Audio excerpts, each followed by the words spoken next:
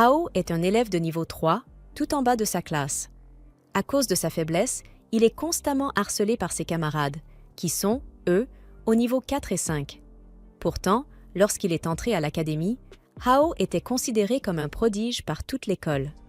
Mais après 2 années, il n'a pratiquement pas progressé, ce qui explique pourquoi il se fait écraser aussi facilement aujourd'hui. Alors qu'il allait se faire passer à tabac, sa sœur, Yunfei, arriva pour le sauver, en voyant l'un des harceleurs valser contre un mur d'un coup de pied. Contrairement à Hao, Yunfei est la définition même du génie. Elle a atteint le niveau 7 en seulement 1 an, alors que la plupart des élèves mettent au moins 4 ans pour y parvenir. Les autres intimidateurs sont terrifiés par elle, au point qu'ils attrapent leur amie et s'enfuient aussitôt. On pourrait penser que Hao serait jaloux de sa sœur, mais ce n'est pas le cas. Au contraire, ils entretiennent une relation fraternelle très forte. Quand ils étaient enfants, leur mère les conduisait à l'école lorsqu'un événement terrifiant survint. Une faille s'ouvrit soudainement dans le ciel, et un monstre terrifiant en surgit, pénétrant leur réalité. Leur mère les attrapa immédiatement et courut se mettre à l'abri. Mais la créature avait déjà commencé à massacrer les gens autour d'elle. Si rien n'était fait, ce n'était qu'une question de temps avant qu'elle ne les trouve. Leur mère prit alors une décision déchirante. Elle laissa ses enfants derrière elle pour affronter le monstre seule. Elle possédait une puissance incroyable et parvint, pendant un moment, à lui tenir tête. Mais au fond d'elle, elle savait qu'elle ne serait pas assez forte pour le vaincre. Pire encore, le monstre cherchait le sceau divin qui lui avait été confié. S'il mettait la main dessus, les conséquences seraient catastrophiques. Elle devait donc tout faire pour l'en empêcher. La créature se moqua d'elle, lui disant d'abandonner, car elle n'avait aucune chance de gagner. Et même si cela était vrai, elle sous-estimait jusqu'où elle était prête à aller. C'était une décision insupportable, car elle savait qu'elle laisserait ses enfants derrière elle pour toujours. Mais elle n'avait pas le choix. Elle regarda Hao et lui demanda de protéger sa sœur à sa place. Puis elle s'éleva dans les airs et fit exploser le trésor, empêchant ainsi le monstre de s'en emparer. Dans les années qui suivirent cette attaque, de plus en plus de monstres traversèrent les dimensions pour semer le chaos dans le monde humain. Mais en parallèle, les humains commencèrent à éveiller des pouvoirs surnaturels pour leur résister. Et afin d'aider les jeunes combattants à développer leurs capacités, de retour au présent, Hao célèbre son 18e anniversaire avec son père et sa sœur. Il lui demande de faire un vœu et de souffler les bougies. Habituellement, Hao aurait souhaité ne plus être faible. Mais si les vœux fonctionnèrent vraiment, il serait devenu plus fort depuis bien longtemps. Il finit quand même par faire un vœu. Mais, visiblement, celui-ci n'a pas été exaucé, car l'instant d'après, un monstre araignée déchire l'espace et fait irruption dans leur dimension, semant immédiatement le chaos autour de lui. Pour protéger sa famille, son père, qui est de niveau 9, se jette dans la bataille pour tenter d'arrêter la créature et gagner du temps afin que ses enfants puissent fuir. Mais il est instantanément écrasé. En voyant cela, Yunfei tente à son tour d'attaquer. Mais si leur père n'a rien pu faire, alors elle, avec son niveau 7, n'a aucune chance. Et effectivement, sa flèche n'a absolument aucun effet sur le monstre.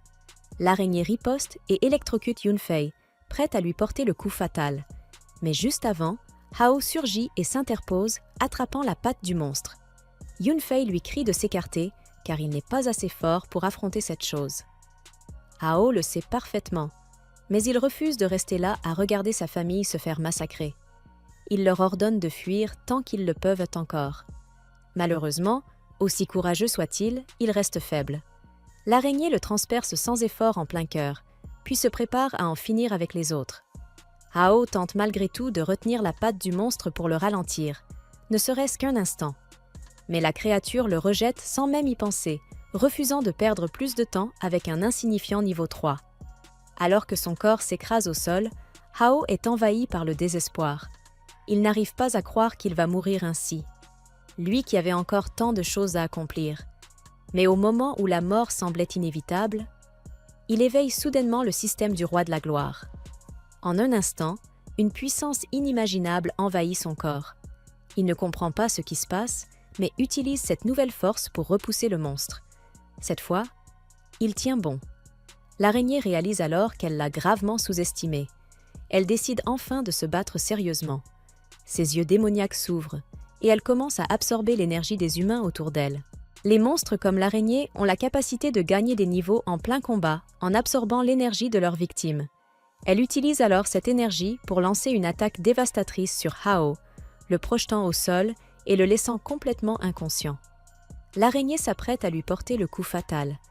Mais à cet instant, le système détecte que les points de vie de Hao sont tombés en dessous de 1%. Il lui accorde alors l'autorisation d'utiliser une compétence ultime.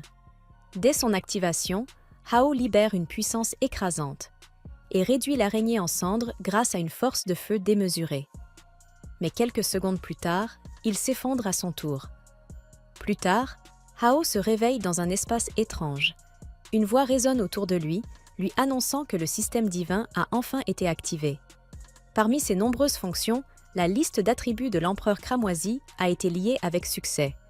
Le système lui indique également que son niveau de liaison actuel est de 12.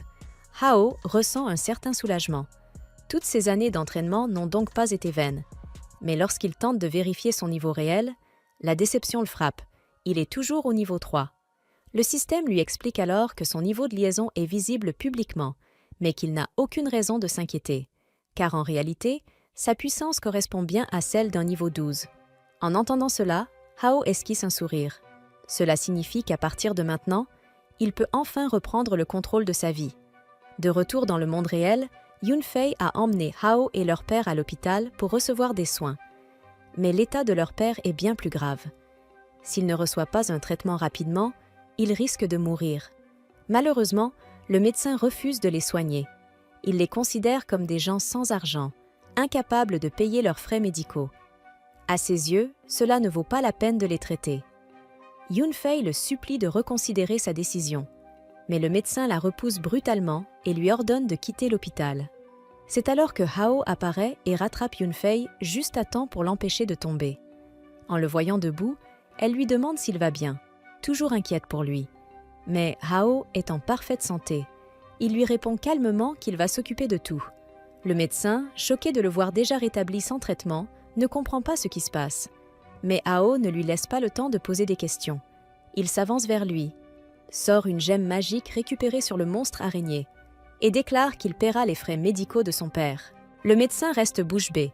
Il reconnaît immédiatement que la gemme est extrêmement précieuse, mais il refuse de croire qu'un simple niveau 3 comme Hao ait pu l'obtenir par lui-même. Cependant, il n'est pas du genre à refuser de l'argent facile. Il décide donc de l'accepter.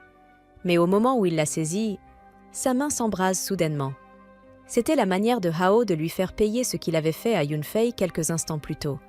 Mais il fait semblant de rien et explique calmement que la puissance de la gemme est encore instable et qu'un contact imprudent peut provoquer ce genre de réaction.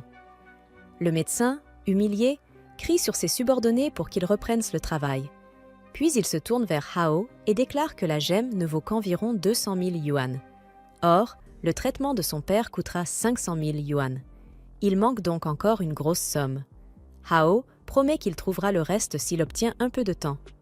Comme il a déjà versé un acompte, le médecin accepte de lui laisser une journée.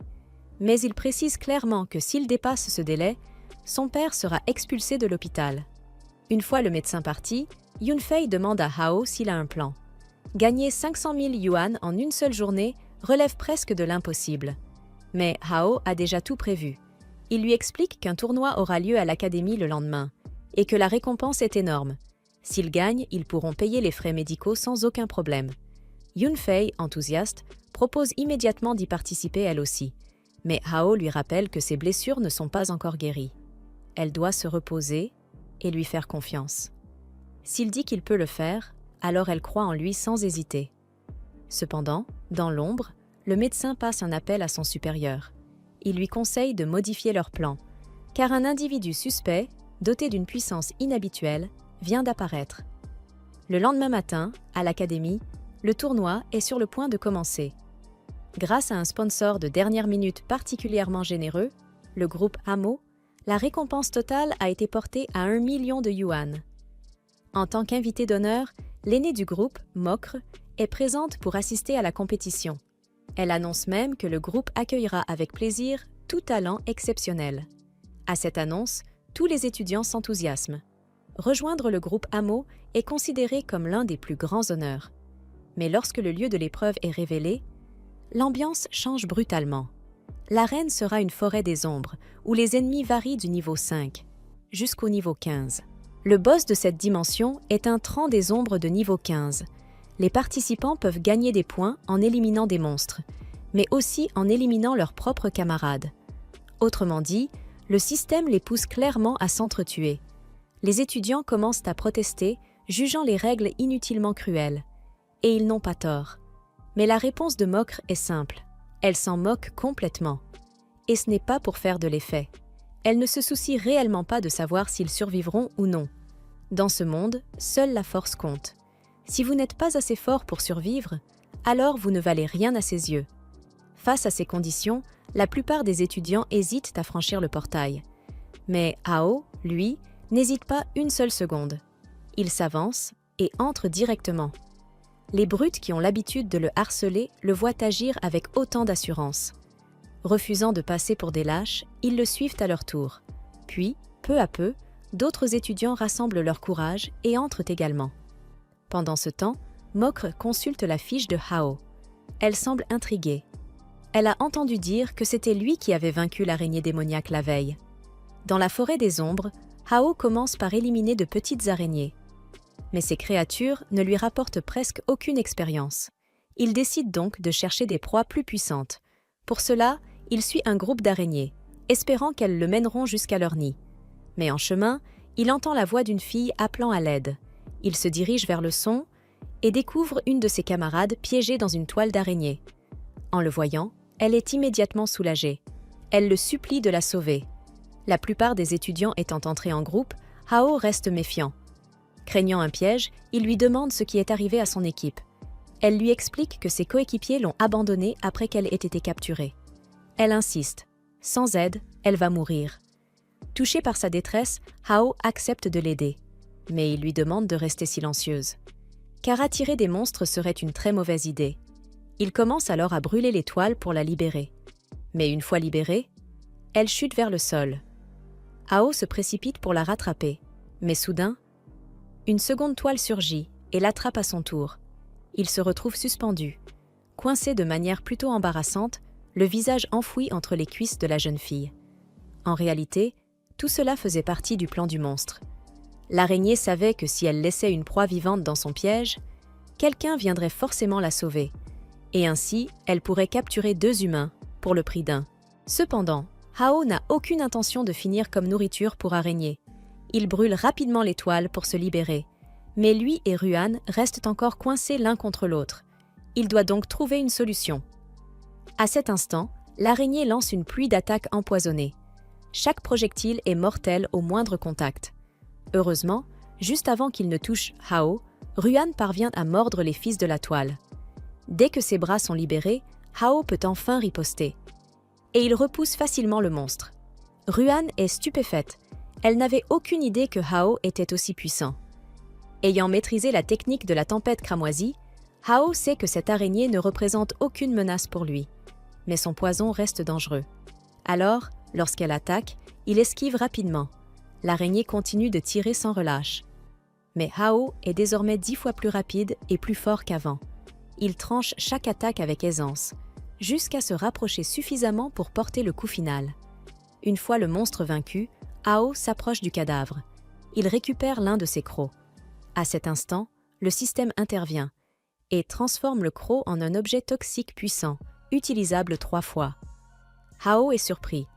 Il ne savait même pas que le système pouvait faire ça, mais il ne va certainement pas refuser un objet aussi utile. Il le range donc dans son espace de stockage. Soudain, une annonce résonne dans toute la zone du tournoi. Hao vient de tuer une araignée démoniaque. Il reçoit 1000 points pour cet exploit. Et puisque Ruan l'a aidé, elle est considérée comme membre de son équipe. Et gagne 500 points. Ruan n'en revient pas. Elle a gagné des points sans presque rien faire. Mais elle sait une chose.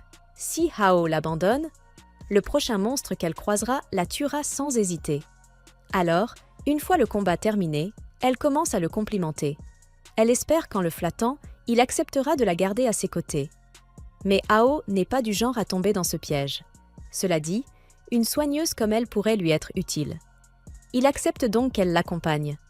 Pendant ce temps, Les anciens coéquipiers de Ruan, ceux qui l'ont abandonné, sont attaqués par un Devil Saur. L'un d'eux est tué sur le coup. Un autre parvient à activer un parchemin de fuite et quitte le tournoi de justesse. Il ne reste plus que Lee. Et lui n'a aucun moyen de s'échapper. Paniqué, il fuit désespérément, jusqu'à tomber nez à nez avec Hao et Ruan. Lee supplie qu'on l'aide, mais Hao ne voit aucune raison de le faire, surtout après ce qu'il a fait à Ruan. Cependant, Ruan éprouve de la compassion pour Lee. Elle décide donc de lui pardonner, à une condition, qu'il promette de ne plus jamais abandonner ses coéquipiers. Hao, lui, trouve qu'elle est bien trop indulgente, mais il est déjà trop tard. Ruan a commencé à le soigner. Petit à petit, les points de vie de Lee remontent. Mais soudain, le Devil Saur les rattrape. À l'origine, il poursuivait uniquement Lee. Mais maintenant que Ruan l'a soigné, elle attire aussi son attention. Hao attrape Ruan et lui ordonne de fuir. Mais voyant que le monstre la cible désormais, elle refuse. Elle lui dit de partir sans elle et de la laisser distraire la créature pour lui donner une chance de s'échapper. Pendant ce temps, Lee, pourtant responsable de toute cette situation, n'a absolument aucune intention d'aider. Il tente discrètement de s'enfuir, laissant Hao et Ruan affronter le monstre seul. Mais avant même de pouvoir partir, Hao l'attrape par le cou. Il lui dit clairement qu'il n'ira nulle part tant qu'il ne se sera pas excusé correctement auprès de Ruan. Puis Hao lance une attaque de feu massive sur le Devil Saur. Convaincu de l'avoir éliminé, il traîne Lee jusqu'à Ruan et le force à s'agenouiller pour demander pardon. Pris de panique, Lee commence immédiatement à supplier. Il affirme qu'il ignorait qu'ils étaient aussi puissants. Il promet même de faire tout ce qu'ils veulent s'ils lui pardonnent. Ruan, fidèle à sa nature douce, est prête à lui donner une seconde chance.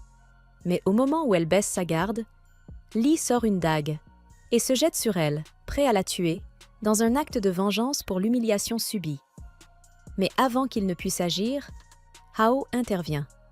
En 3 coups rapides, il vide complètement sa barre de vie.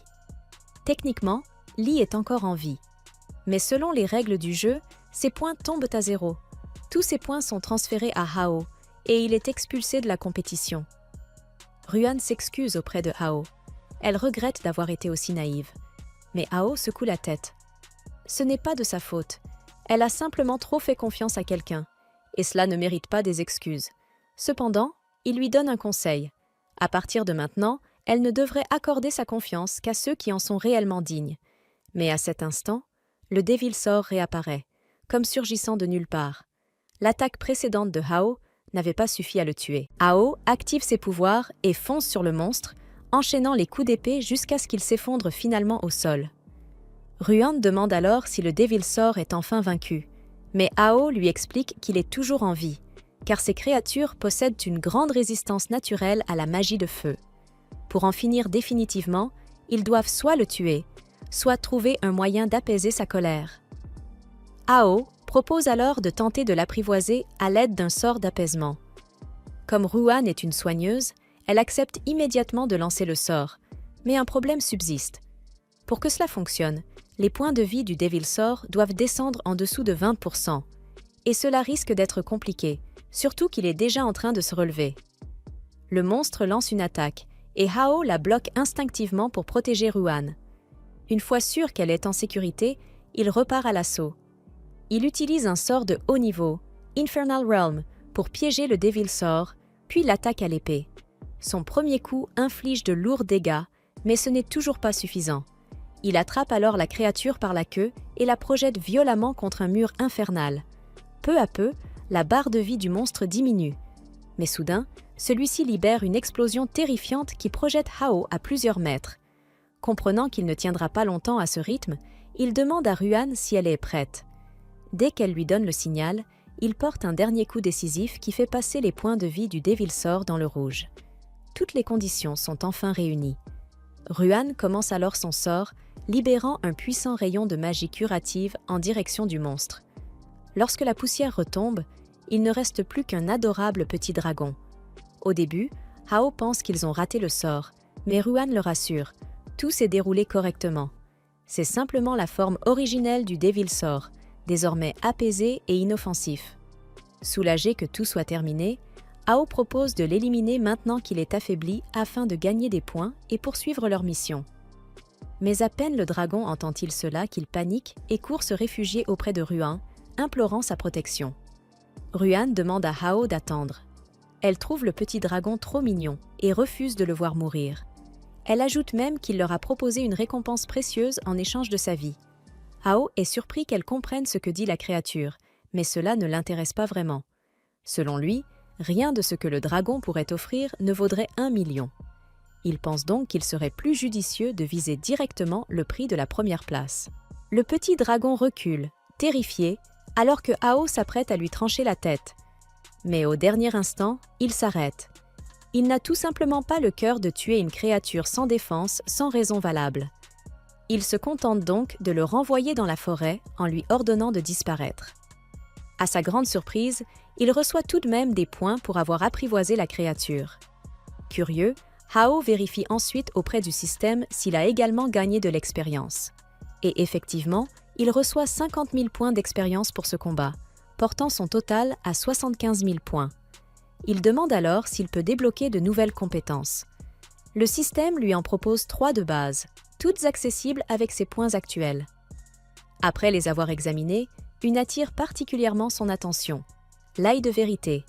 Cette compétence lui permet de voir des détails cachés, ce qui serait extrêmement utile dans une forêt d'ombre. Son coût est de 70 000 points. Hao accepte et, immédiatement, un étrange globe oculaire apparaît dans son esprit. De retour à la réalité, Ruan appelle Hao pour lui montrer quelque chose. Elle a trouvé un œuf spécial dans les buissons et pense qu'il s'agit de l'objet précieux dont parlait le petit dragon. Hao utilise alors son œil de vérité pour l'examiner. Il confirme que l'objet est extrêmement rare, avec un taux d'apparition d'1 sur 100 000. Cela vaut donc clairement la peine de le garder. Pendant qu'ils s'éloignent, ils sont observés à distance par Kaer, qui suit la situation à travers une retransmission. Et plus le temps passe, plus Hao suscite son intérêt. Peu après, la phase suivante du jeu commence. Un classement des points de tous les participants est affiché publiquement. Cela peut sembler inutile, mais le véritable objectif est d'encourager les joueurs à s'attaquer entre eux pour gagner des points, au lieu de se contenter de combattre des monstres. Et comme Hao occupe actuellement la première place, il devient immédiatement une cible. Ses camarades de classe commencent à le traquer. Cependant, ils pensent toujours qu'il n'est qu'un faible de niveau 3. Ils surestiment complètement leurs capacités, et il ne faut pas longtemps à Hao pour les vaincre sans difficulté. 2 des sbires sont déjà à terre, et le dernier reste complètement sous le choc. Pour lui, il est impossible que Hao soit aussi puissant. Il tente malgré tout une nouvelle attaque, mais Hao attrape son épée avec une facilité déconcertante. À cet instant, l'homme comprend enfin l'écart écrasant de puissance entre eux. Pris de panique, il tente de fuir. Mais Hao ne compte pas le laisser s'échapper. Il lance une boule de feu dans son dos, le projetant violemment au sol. Pendant qu'il est à terre, Ruan s'approche et récupère les parchemins de téléportation des 3 assaillants.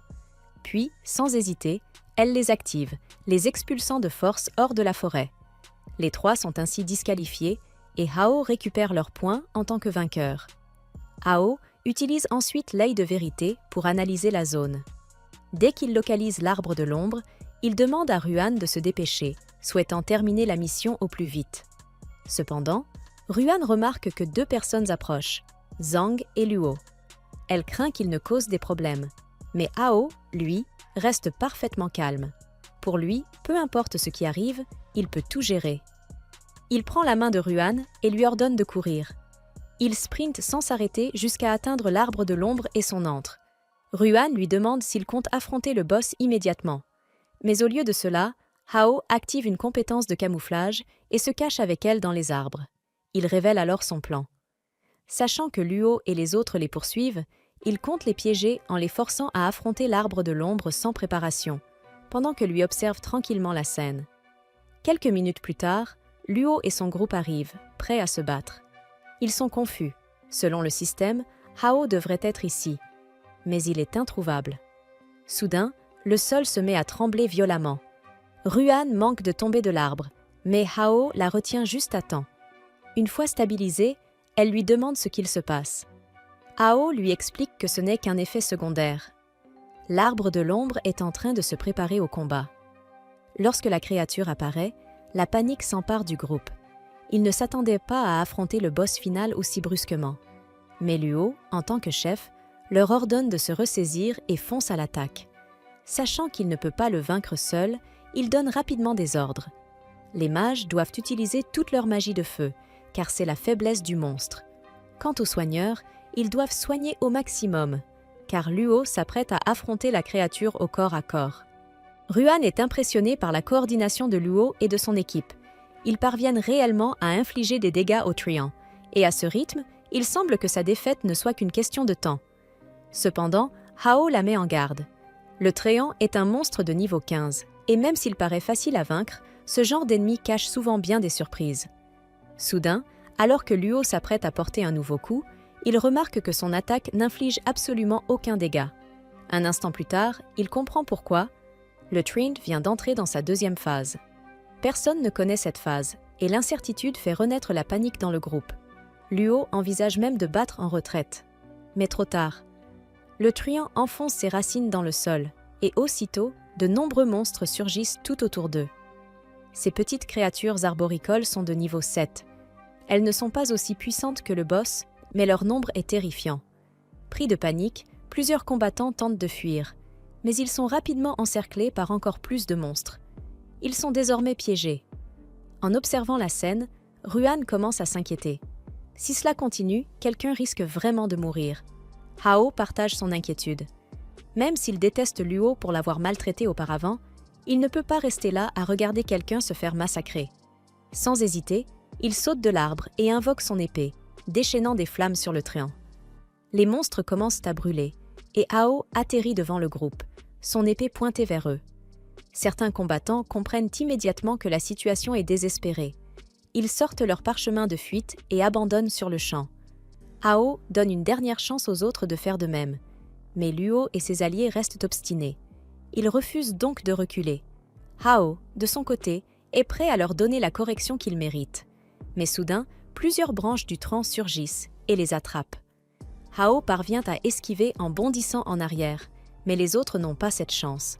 Ils se retrouvent suspendus dans les airs, attrapés par les pieds, suppliant honteusement Hao de venir les sauver. Luo, furieux de l'incompétence de son équipe, tranche les lianes qui le retiennent. Puis, sans hésiter, il repart à l'assaut du Truand, déterminé à en finir lui-même. Cependant, Luo ne réalise pas que le Truand a déjà libéré un brouillard toxique dans toute la zone.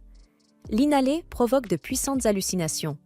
Il avertit rapidement tout le monde de faire attention, puis active une bannière antitoxine pour se protéger. Mais il est déjà trop tard. Il a inhalé une petite quantité de poison, et les effets commencent à apparaître. Dans son délire, il croit être attaqué par ses propres coéquipiers, alors qu'en réalité, ce ne sont que des monstres arboricoles qui profitent de la situation pour le tromper. Heureusement, Luo comprend rapidement qu'il s'agit d'une illusion et parvient à reprendre ses esprits. Mais le danger est loin d'être terminé. Les monstres sont toujours là. C'est alors que Hao intervient. Il élimine plusieurs créatures, puis crée un cercle de feu pour brûler le brouillard toxique et purifier l'air. Une fois la visibilité rétablie, Luo remarque quelque chose d'inattendu. Pendant que Hao combattait, Ruan soignait les membres de son équipe affectés par le poison, les empêchant de mourir. Malgré cela, Hao les met en garde. Il n'y a aucune garantie qu'elle pourra continuer à les sauver s'ils restent plus longtemps ici. Il leur conseille donc de fuir tant qu'ils le peuvent encore. Cette fois, les combattants comprennent la gravité de la situation. Dès qu'ils en ont l'occasion, ils utilisent leur parchemin de fuite et quittent les lieux. Une fois seul avec Ruan, Hao se tourne vers le Truand. Mais le combat final s'annonce difficile. Le monstre est désormais dans sa forme ultime. Hao tente de l'enfermer dans une prison de flammes pour le réduire en cendres. Mais le Truand anticipe son attaque et crée une barrière pour se protéger. Il se moque même de Hao, pensant que ce genre de technique ne peut pas l'atteindre. Mais à cet instant, Ruan attire son attention. Profitant de cette distraction, Hao se faufile derrière lui et libère une attaque de feu à pleine puissance. Le Truand est entièrement englouti par les flammes. Sans perdre une seconde, Hao brandit son épée et tranche le monstre en deux d'un seul coup. Le boss est vaincu. Hao gagne 100 000 points. Avec la mort du boss du donjon, une annonce retentit. La mission est terminée. 3 survivants ont réussi l'épreuve. Un portail s'ouvre alors pour leur permettre de quitter les lieux. Hao est surpris. Il pensait que tout le monde avait abandonné plus tôt. Alors, il n'est pas surpris que Ruan ait choisi de rester, mais il se demande qui est l'autre personne. À ce moment-là, Luo crie à Hao depuis l'autre côté de la forêt et lui demande comment il est devenu aussi fort. Hao refuse de lui donner la moindre information, ce qui met Luo en colère. Il passe à l'attaque, mais il est clairement loin de faire le poids face à Hao. Ce dernier le repousse sans effort, récupère son parchemin de fuite et le téléporte de force hors de la zone. Il ne reste plus que Hao et Ruan pour quitter le donjon via le portail. Mais soudain, quelque chose ne va pas. Le donjon commence à dysfonctionner à cause d'une anomalie, et une annonce indique que le portail va se fermer dans quelques secondes. Hao ne peut pas laisser Ruan affronter un danger inconnu. Sans hésiter, il la prend et la lance à travers le portail, s'assurant qu'elle soit en sécurité. Un peu plus tard, Hao parvient lui aussi à sortir du donjon. Mais en revenant à l'académie, il découvre un spectacle choquant. Tout est complètement détruit. À cet instant, il aperçoit deux hommes armés qui s'approchent. Ne sachant pas ce qu'il s'est passé, mais comprenant que cela risque de mal tourner s'il est repéré, il se camoufle et se cache derrière un mur. Lorsque les gardes passent, il utilise l'œil de vérité pour les analyser. Il découvre qu'ils appartiennent au Tiger Group, un groupe autrefois sous les ordres du Mo Group, mais qui a été expulsé pour avoir massacré des innocents sans distinction. Ils sont venus ici pour se venger de Kerr et ils ont déjà capturé tous les étudiants sortis du donjon plus tôt, y compris Kerr elle-même. L'un des gardes mentionne même qu'ils ont capturé une très jolie fille il y a quelques minutes. En entendant cela, Hao comprend immédiatement qu'il s'agit de Ruan. Pendant ce temps, dans le hall principal, le chef du Tiger Group a ligoté tous les étudiants capturés. Il semble particulièrement intéressé par Ruan. Alors qu'il lui touche le visage, elle réagit en mordant son doigt. Furieux, il la frappe violemment, puis commence à la battre encore plus brutalement. Luo, incapable de supporter une telle cruauté, se précipite sur lui et lui donne un coup de tête pour l'éloigner de Ruan. Malheureusement, le chef est de niveau 12, ce qui le rend bien trop puissant. Et avec les bras toujours attachés, Luo n'a absolument aucune chance. Luo est violemment projeté en arrière après un coup de poing dans le ventre, et le chef décide de faire un exemple de lui en le tuant d'une balle dans la tête devant tout le monde. Mais soudain, les hommes du chef s'effondrent tous au sol, et l'instant d'après, le chef se fait transpercer l'épaule par Hao. Il ne comprend même pas comment Hao a réussi à se faufiler derrière lui. La dague qu'il vient de planter inflige un puissant poison, l'empêchant désormais de bouger correctement. Hao s'avance ensuite vers Luo, la dague encore à la main. Pendant un instant, tout le monde pense qu'il va se venger des humiliations passées. Mais Hao n'est pas ce genre de personne. Au lieu de l'attaquer, il coupe les cordes qui ligotèrent ses poignets et le libère. Puis, il lui tend la dague et lui dit de terminer le chef. S'ils ne le font pas maintenant, il reviendra sûrement plus tard pour se venger. Luo se souvient alors qu'il est possible de gagner des niveaux en tuant des humains, mais il ne l'a jamais fait. Il hésite. Hao le provoque légèrement, lui demandant s'il a peur. Refusant de passer pour un lâche, Luo accepte finalement. Le chef se moque de lui, convaincu qu'un étudiant protégé comme lui n'aura jamais le courage de tuer. Mais l'instant suivant, Luo le poignarde dans le dos, le tuant sur le coup. Aussitôt, il ressent une montée de puissance traverser son corps. Il vient de monter de niveau. Une fois terminé, il retourne vers Hao pour lui rendre la dague, mais Hao lui dit de la garder. Luo est choqué. Il ne comprend pas pourquoi Hao est aussi gentil avec lui, malgré tout ce qu'il lui a fait subir auparavant. Hao lui demande simplement s'il la veut ou non. Luo, incapable de refuser, le remercie sincèrement et s'excuse pour son comportement passé. Hao accepte ses excuses sans problème. Mais Ruan, elle, refuse. Elle affirme que Luo ne mérite pas son pardon. Luo s'énerve et lui reproche son ingratitude, rappelant qu'il a risqué sa vie pour la sauver. Ruan reconnaît son aide, mais insiste, c'est une autre affaire. Hao intervient et dit qu'il n'a aucun problème à pardonner Luo. Mais s'ils doivent devenir amis, alors Luo devra prouver sa valeur. Il lui confie donc une mission, protéger tous les élèves ici pendant son absence. Quant à lui, il part immédiatement vers le gymnase, car il a appris que Kerr y est retenue prisonnière et il compte bien aller la sauver.